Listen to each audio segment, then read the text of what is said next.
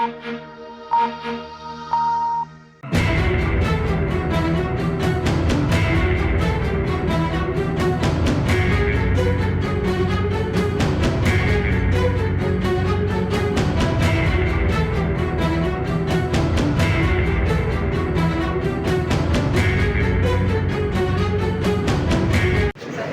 यहाँ उपस्थित और सभी मेरे बुजुर्ग नौजवान भाई बहन, बहुत दुखद घटना है, बहुत परेशानी भी है और सोचकर भी बहुत चिंता का विषय है, क्योंकि सभी को यहीं पर रहना है।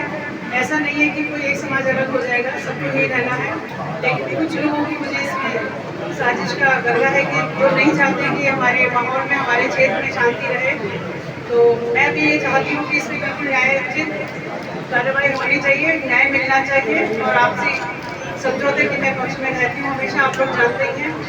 आपसी दोनों पक्षों को बैठा करके जो बातचीत से समाधान निकल जाए तो इससे अच्छी कोई बात नहीं है। मैं चाहती हूँ कि इसको जातिगत या जातिगत ले जाकर के इस झगड़े को इसको रूप न दिया जाए, बैठ करके शांतिपूर्वक हम लोग सब यहाँ पर जो भी क्षेत्र में जिम्मेदार लोग हैं और भी जो भी कोई आ रहे हैं, सभी लोग हम लोग ये प्रयास करेंगे कि बैठ करके इस समस्या का समाधान हो। और हम चाहते हैं कि बिल्कुल न्यायोचित कार्रवाई हो और न्याय मिलना चाहिए। तो ये बात जब लड़कियां स्कूल से जा रही थी तो वहाँ पे एक लड़का है, मुस्लिम लड़का जो बेड़ा सादा गाँव का है, उसने लड़की के साथ में छेड़छाड़ करी। उस लड़के ने अपने भाई से बताया कि स्कूल में जाके, वो भी लड़का वहीं पे पढ़ता है उसी स्कूल में, और उसका लड़की का भाई को इसी स्कूल में पढ़ता है। उसने अपने भाई से बताया कि ऐसा ने मुझे बॉडी टच किया। उसने उससे वहीं पे विरोध किया उस स्कूल में ही कि भाई तुमने ऐसा ना मेरे बहन को क्यों छेड़ा। अब उनमें वहाँ पे क्या बात हुई ये तो मुझे नहीं पता, लेकिन फिर जब छुट्टी हुई स्कूल की, बेड़ा सादा चौकले में हमारे गांव में जोड़ी रोड को जाने वाली जो बस है उसमें आगे बैठ गए। वे लड़के फिर आए, उनसे आगे कुछ पूछा नहीं और उसके साथ में लड़की ने मारपीट की। जब मारपीट की, पुलिस वहाँ पे मौजूद थी। पुलिस ने उनको सबको पकड़ के जो थे मारपीट करने वाले उनको थाने में ले गए। वहाँ पे कोई मामला नहीं, वहाँ पे निपट गया। उसके बाद में जो वहाँ पे मार्केट में जो बैठे हुए हैं, जैसे कि असलम है, नवाब है और बाकी एक खोखा है, वहाँ पे जो उनका सारा टीम वहाँ पे संचालित होती है, उन्होंने वहाँ से पता नहीं कैसे वो सब फोन से बुलवाए और उन्होंने वहाँ पे खड़ी हुई गाड़ी में चढ़े और चढ़ने के बाद में उन लड़कियों के साथ मारपीट करी। जो उसमें स्कूल के बच्चे बैठे हुए थे उन्होंने दौड़ा का पिटा। जो मार्केट से बाहर निकल गए वहाँ से उन्हें खींच कर आए और उनको पिटा। उसमें पुलिस प्रशासन का ऐसा रहा कि उन्होंने अपना कार्रवाई को बढ़िया तरीके से करते हुए, अंजाम देते हुए 5 मुजरिमों को वहीं पर पकड़ लिया मौके पे ही। और कार्रवाई पुलिस सख्त हुई प्रशासन की, उन्होंने पूरी तरीके से उस घटना को अपने कब्जे में ले लिया और पूरा सहयोग किया।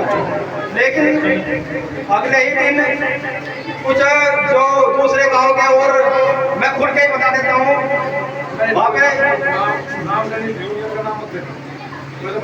वहाँ पे जो बेड़ा सादा के प्रधान जी हैं, उन्होंने अपने यहाँ पे कुछ लोगों को इकट्ठा किया और इकट्ठा घर पे करके उसके बाद थाने में पहुंचे।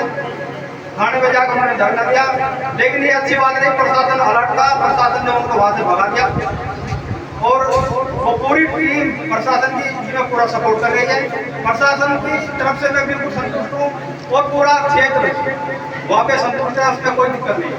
ये घटना है जो 28 तारीख में घटना घटी बेड़ा सादा चौराहे पे, हमारी जो बच्चियां चोरावाला स्कूल में पढ़ती थी उनके साथ छेड़खानी हुई। उसका विरोध करने पर, उसके भाई ने विरोध करने पर उसके साथ मारपीट हुई। उसके बाद एक समुदाय के लोगों ने एकत्रित होकर वहाँ जो भी बेटियां या छात्र आ रही थी उनके साथ मारपीट की। उसमें प्रशासन ने 13 लोगों के खिलाफ मुकदमा दर्ज कर लिया है। माननीय विधायक जी 5 लोग गिरफ्तार हो गए, 2 और गिरफ्तार हो गए। विधायक जी आप भी मार्गदर्शन कराएं। इसमें मुख्य बात यह है जो बेड़ा सादा चौराहा है, यहाँ पान के खोखे लगे हुए हैं मुस्लिम समाज के, जहाँ रोजाना ये बेटियां और बेटे स्कूल जाते हैं, वहाँ चौराहे पे खड़े होते हैं और वहाँ एक ही समुदाय के लोग उन पे टोंटबाजी करते हैं, छेड़खानी करते हैं। मेरी क्योंकि प्रशासन ने इसमें मदद की है, कल हमने प्रशासन एसडीएम जानसठ को भी एक ज्ञापन दिया और कल एसपी आर्य से भी हम लोग मिले। उनसे कहा कि जो अवैध ये खोखे यहाँ लगे हुए हैं वो तत्काल प्रभाव से यहाँ से हटाए जाए, क्योंकि वो एक झगड़े का मेन अड्डा बना हुआ है। और दूसरा ये कि जल्द से जल्द उनको गिरफ्तार करा जाए। यदि गिरफ्तार नहीं किया जाता तो क्षेत्र में जो ये माहौल बना हुआ है झगड़े का, ये बढ़ता जा रहा है। उनके खोखे वहां से हटाए जाए, प्रशासन कार्रवाई तो करा, खोखे हटते ही वो झगड़े का मुद्दा वहां से खत्म हो जाएगा, क्योंकि वे फिर वहां छेड़खानी होगी, क्योंकि बच्चियां वहीं चौराहे से बैठते हैं, जितने छात्र छात्राएं वहां से बैठती है चौराहे से बस में स्कूल जाने के लिए। ये हम प्रशासन से मांग करते हैं और विधायक जी आपसे भी निवेदन है कि आप भी अपने स्तर से ऊपर बात करके इस पे कार्रवाई कराएं। पहली बात तो ये है कि ये गांव शेरों का गांव है।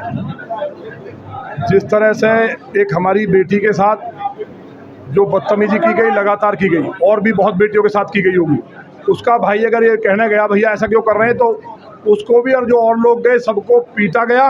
और शर्मनाक बात यह है, जो समाज के जिम्मेवार बनते थे उन लोगों ने भी घेर के पिटवाया। पुलिस नहीं होती तो ये जो कवाल में हुआ था कत्ल, उस तरह की घटना घट जाती। माने योगी जी की सरकार है, हमें उम्मीद है जो लोग साजिश करता है, अब से पहले जिन बेटियों के साथ घटनाएं हुई हैं, बहुत बातें हमें बताई हैं कि बहुत बेटियों के साथ प्रतिदिन होता है, ये 50 साल तक ना हो उसके लिए इनका एनकाउंटर जरूरी है। मुझे उम्मीद है कि जो हमारे पुलिस के कप्तान हैं, यहाँ के अच्छे अधिकारी हैं, जिलाधिकारी हैं, ये सारे खोखे हटाएंगे जो लोगों की मांग है। और कहीं ना कहीं जो भाग रहे हैं, 2-3 का कत्ल हो जाए, एनकाउंटर हो जाए, तो यहाँ हमेशा के लिए बीमारी खत्म हो जाएगी।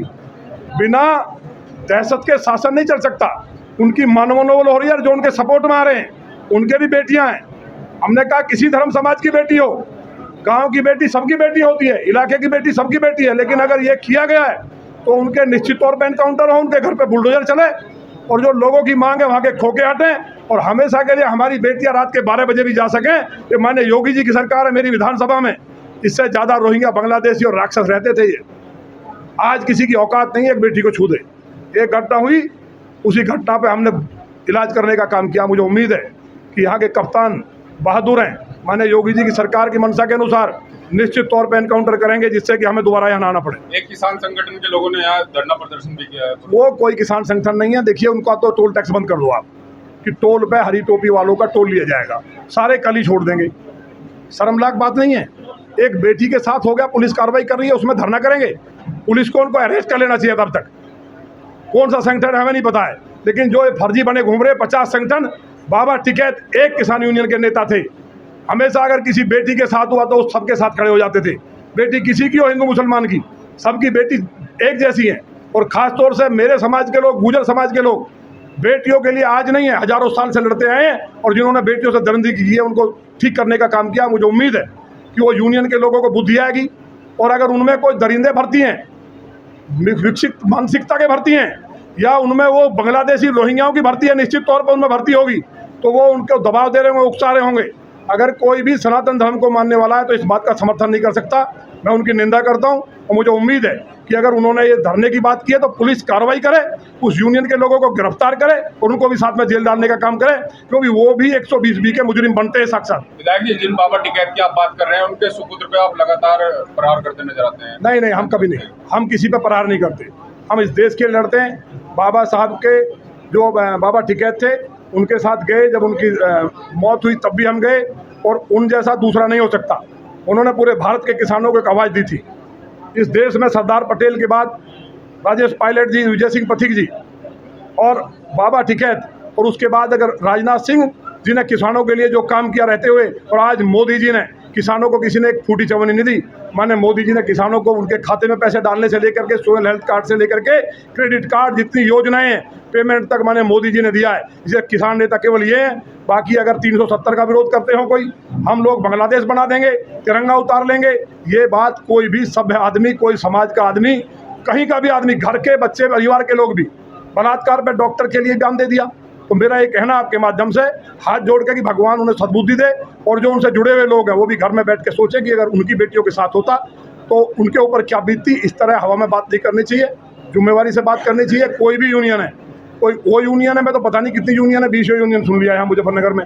तो जो भी यूनियन के लोग कह रहे हैं उनसे मेरा कहना है कि ठंडे दिमाग से सोचें और इन राक्षसों के खिलाफ इंसाफ की लड़ाई में गाँव वालों के साथ खड़े हों।